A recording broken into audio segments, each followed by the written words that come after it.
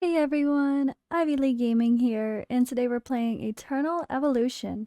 I'm back on the free-to-play yet again. Today we're going to talk about Arena.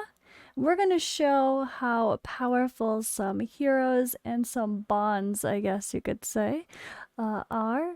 Where does CP really even matter?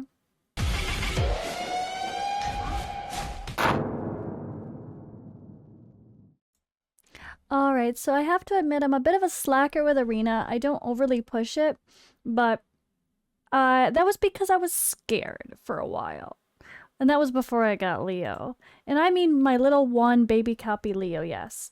But that all kind of changed. So here we got some extras from yesterday, or actually it was a battle pass, I think. I don't have a high team power. I really don't. So let's take a look at what I'm working with. It's getting better now though. So I actually want to mention, let me get myself out of the way first. My power's going up because my guild got more active. We're starting to be able to add to some class technology, so like my Anbu's getting better. I mean, he's kind of the star of the show on my account overall.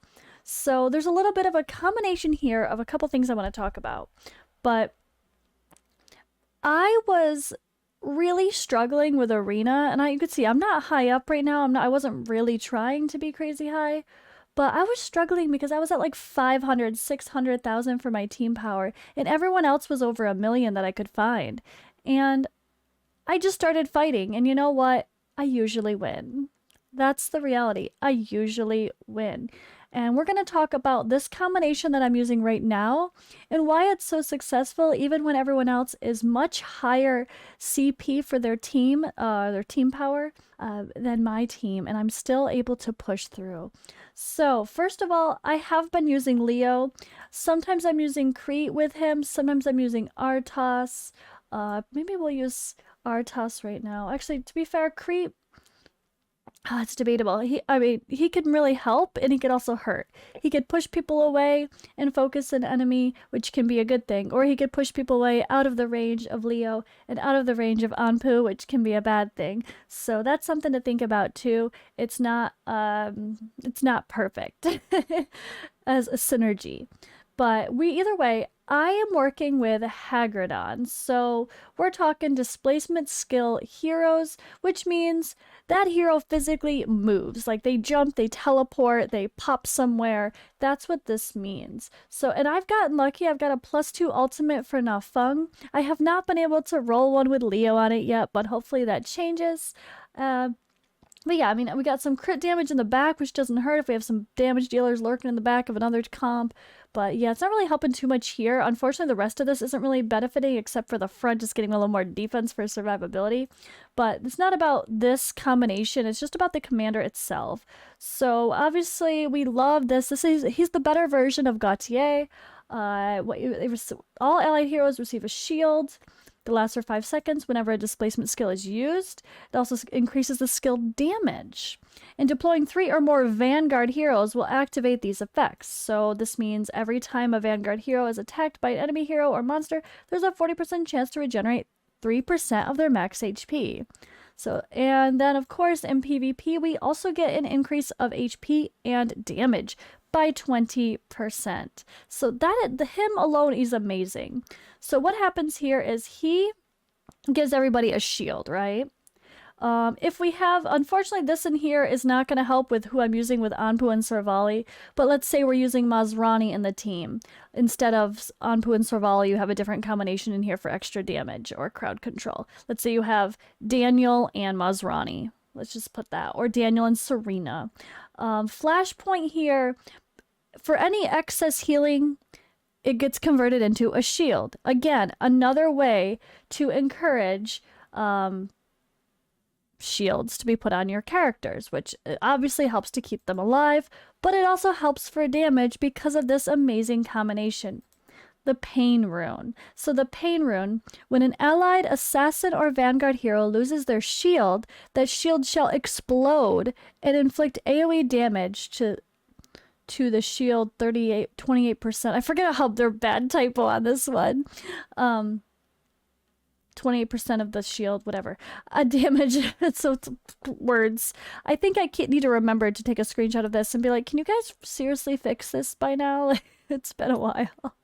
Anyway, as well as half second of stun effect to enemies within a small radius. So not only does the pain rune allow extra damage potential with the fact of shields exploding, and if you use it with stuff that give you shields, like Hagridon, like a flashpoint rune, those are it's just gonna stack up your damage and give you survivability, and the stun is going to just be another form of crowd control. All it takes is stunning the enemy at just the right moment to really push you through. So that's kind of where we're at here. Is I'm pushing an arena team that is based around crowd control, and taking advantage of the triple Vanguard bond. Anpu is kind of, he's my damage and he's my crowd control, which makes him so strong. So what I'm going to do is I'm going to do a couple battles, skip to the end, and show you a couple of them as well. So let me get myself out of the way, and we're going to take a look at some battles here. All right, victory. I'm going to show some wins at the end. We'll play a couple of these, but look at that. I was only 900, they're 1.4. Let's go higher. Mine 963 versus their 1.7. Let's do it again. Victory. I'm going to be fighting people that are double my power. And let's see if I can do that literally. Let's go, well, almost literally. Double my power with a Leo. Oh boy. Leo versus Leo. They're probably going to beat me because my baby Leo can't hang. Yep. Okay, that's fair. We lost one here. That one made sense. Going against another Leo was silly. But I can avoid Leos because most people don't actually have them. But still, look at this power. Look at this power difference. Can we win this one? And we did. So even when people have a whole bunch of triple S's and you're just rocking with your little baby Leo because you were like me and you grabbed one copy while you could, it might really pay off. And don't let the CP difference scare you. That's kind of what this video I wanted to be the theme of, is don't let CP scare you. Let the champions scare you. Like, okay, they have a Leo. If their Leo is better than mine, they'll probably win. So maybe I don't fight that one. Okay, no Leo here. Let's see how this one goes. This is the kind of thing that I'm looking for when I'm doing battles. But I purposefully wanted to do one with Leo because that's kind of the reality, is like Leo is such a king. Although Anpu with his crowd control can conquer a Leo as well, but it does of course take RNG with timing. So let's just take a look. Let's pick this one here. Let's take a look at one of these battles. How are we doing?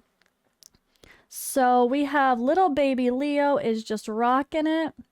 I'm going to talk about the gear briefly and stuff for them. Leo's already dead, but that just goes to show you that even if my Leo is not the star of the show, he's helping. He starts off being a target instantly, and Anpu is just in here rocking it. Look at Anpu. I mean, obviously he's going to be the damage. He's the only real damage dealer in here right now. Na Feng has been amazing for me. I feel like he's always the last one alive in all the stuff that I've watched when it comes to Arena, Galactic Arena, or even my story progression. Na Feng was really the one that's always left alive.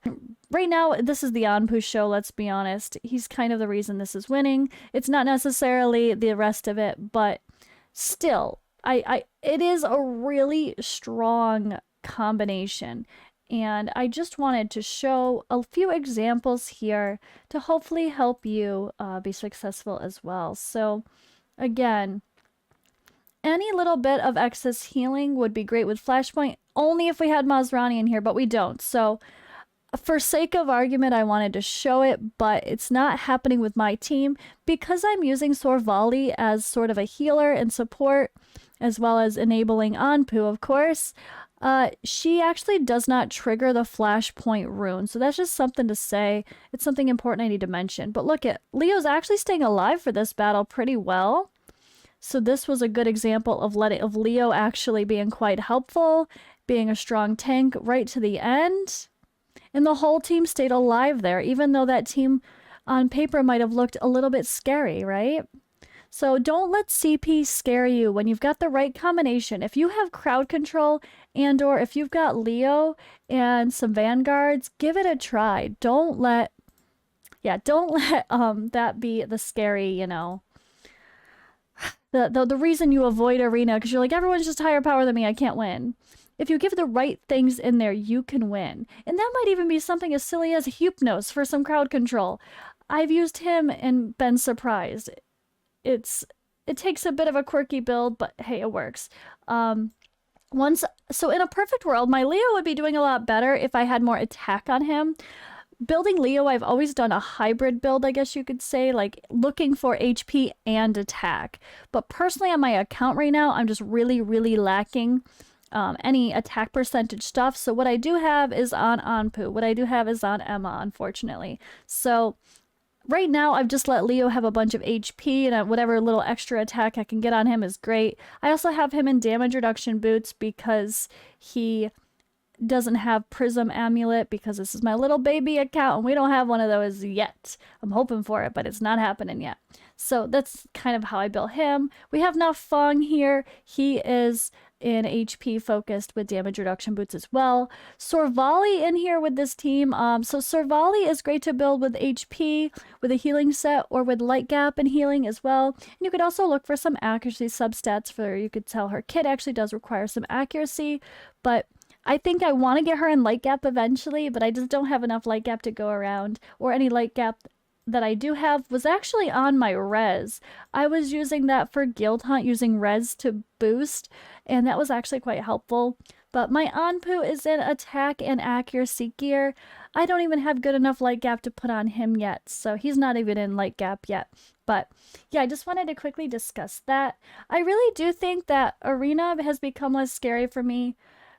Using any sort of Vanguard bond here with Hagridon, don't take it for granted. I know a lot of it wasn't, I'm not proccing the flashpoint and getting those extra shields and the extra stuns from all that, but the extra HP, the extra damage, that's really helpful here in Arena too. So that's just another way.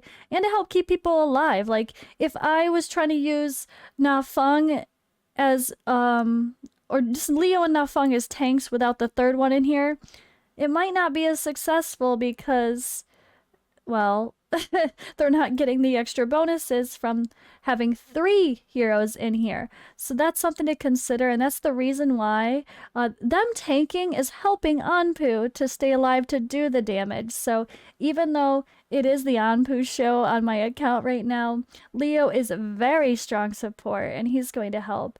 And I'm still loving the use of Hagridon. And I'm really happy about my progression. I'm going to keep pushing. I'm going to let Anpu just keep being Anpu. And I can't wait to get Leo rolling to where he could actually pump out some better damage as well. So it's been fun. Hope you guys enjoy this little free-to-play update and a little bit of showcase of my Arena team and what I'm actually working to grind up. I'm actually doing really well in Arena now. I'm winning almost every fight I do, so we're having fun now. So I'm going to start pushing to get a little bit higher rank for better rewards. And then tomorrow, we summon. Stay tuned for that. I'll see you in that video.